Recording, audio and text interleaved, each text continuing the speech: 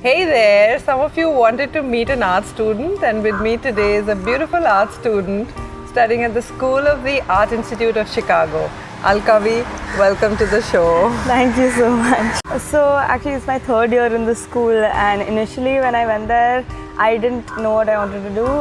So I went in as a painting major, and I slowly got into photography and print media also. So I kind of now consider myself as in the process of becoming a multimedia artist. Wow. So you do painting, print media, photography, and all those opportunities are available to you at your school? Yes. The school has a lot of departments. So there's fiber and material studies, there's film, video, new media, there is, like I said, photography, print media, painting, drawing, sculpture and ceramics. They also have a writing program. It's very into fine art in all these. Okay.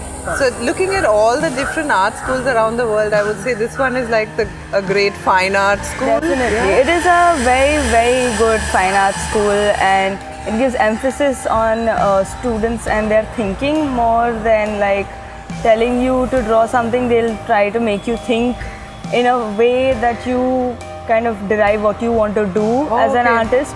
So which is very good. For me it's very good. Absolutely. For a creative person, I think it is great. Yeah.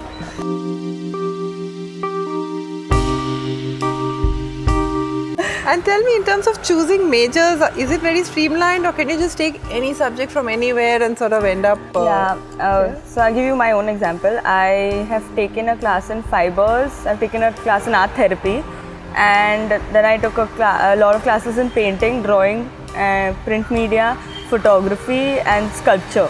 So you don't have to choose a major. Oh, okay. So there are no prerequisites, there are no specific courses that you have to do. Is it totally like that? Like you have to take a certain amount of art history, you have to take a certain amount of liberal arts, natural sciences and social sciences and stuff.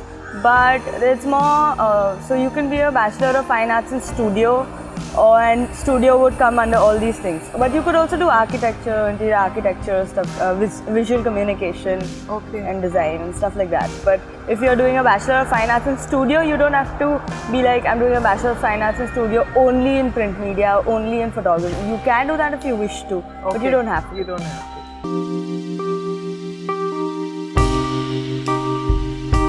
My father was very interested in art, and so he would like draw shapes and tell me like paint into this, draw into this. And like whenever I wouldn't draw for like a wrong period of time, he would be like, why aren't you drawing? Like he would again like get a piece of paper, get some paint and be like, here, paint, draw. So I was always interested in art, and like if tomorrow I become an artist, it will be because my parents were like, why aren't you drawing today? When I was 5. So, and then when I went into like 8th, 9th standard in school, that was actually the only subject I would be able to stay up in. So, and I hope my school teachers don't hear this. But so I knew from the 8th standard I wanted to do art, and I did not want to do design. I always wanted to do fine art.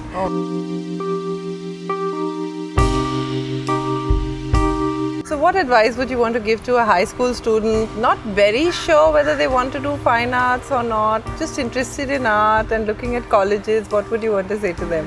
If you're not entirely sure, I would suggest that you explore more in the field of art. Like I did not know what print media practices was till I went to college.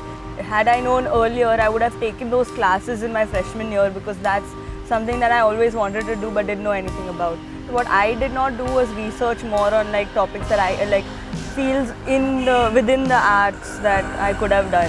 So I would suggest you do that. So ask other artists, so you get a thorough idea of what medium is, what you're actually getting into. Because I was lucky, I went in and I liked what I was doing. Sometimes it doesn't happen, and then you feel like you wasted a lot of time. Which probably explains the dropout rate.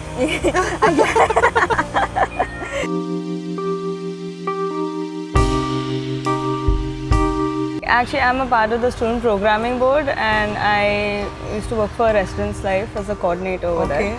And I also now I just got a job as a teaching assistant for next semester, which I'm really excited about. Yeah. So we have a Indian student group called the Namaste SAIC. Okay. And there's a group for sexual assault awareness that I'm leading. It's called Speak, and another mental health awareness group called Active Minds. So I try to be involved in the community I live in because it's just the way for me to gather inspiration for my own work. Yeah. So being a teaching assistant on the one hand might be very exciting because you have no grades to give. I believe you don't have a GPA in the school. Yeah, we don't have a GPA in the school, but it's like a pass or fail. So, and attendance is given importance to because of the no GPA format. So what is the mechanism used to tell someone that their piece of work could have been better? So we have critiques. We have a critique which could. So it's not like just because we don't have grades, we don't have to finish our work, or we don't have like.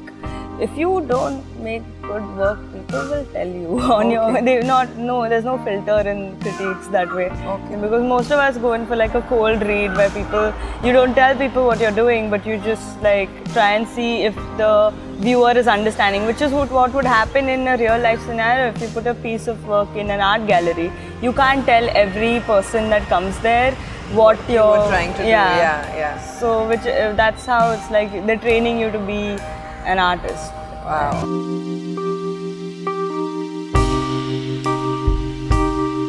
So these we have like 10-15 students per class with one instructor. That's it, 10, 15. Yeah, which kind of makes it a little difficult to get into all the classes you want if you don't have the best registration time. Oh, okay. So I feel like the first and second year students have it. It's kind of difficult. Yeah. I waited a year to get into one of my classes. Okay.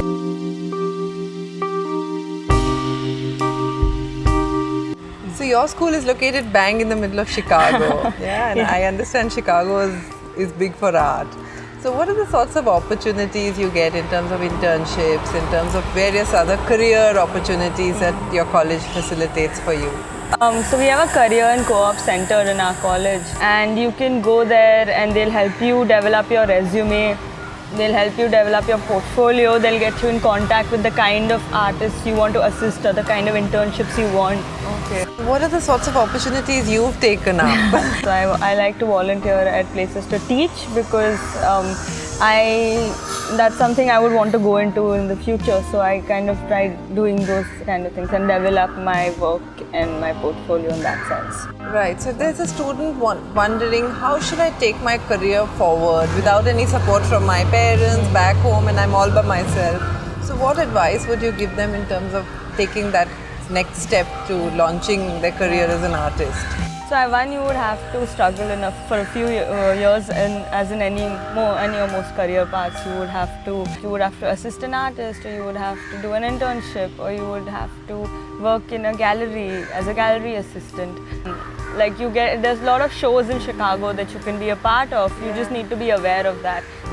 So now this Facebook is big. Like you can like join groups that call for artists and exhibitions, and all these galleries have Facebook pages that will tell you when they're having a call for artists for exhibitions. Okay. You can just apply.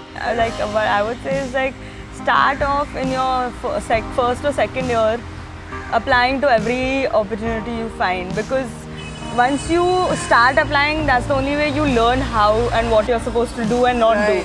Because my first and second year, I think I got rejected from most exhibitions. But like in my third year, like I got 4.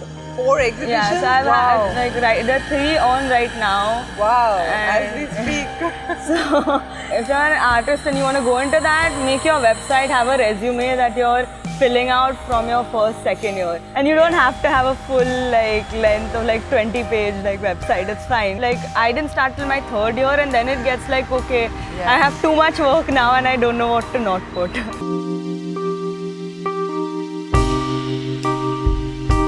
Tell us a little bit about your work, your style, and where you get your inspiration from. I believe in Islam. I'm an Aghani Muslim. So I have a series called Bandagi, and it's about repetitive prayer. So I write. I'm very obsessive with my art. I like write or draw the same kind of stuff. Like I'll write the same thing or like draw the same patterns again and again. So I used to initially draw each thing and layer each thing on by hand, which would take forever. My professor told me like I could screen print these and it would like cut my time shorter and stuff like that. So I started. That's how I got into print media in the first place. So that's how I got into photography, because of my like repetition and how prayer is repetitive is what I derive it from. Like how you pray in this repetitive format to attain peace. It's like I'll draw these things in this repetitive format to attain this kind of higher peace. So beautiful.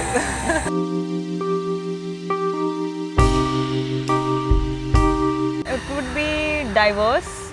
It's diverse and accepting. That's two.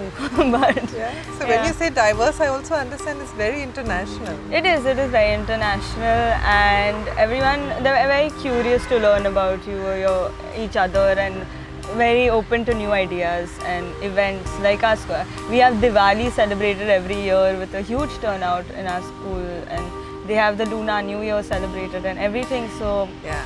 I guess that's the best input for a beautiful creative school. yeah, To have diversity. definitely.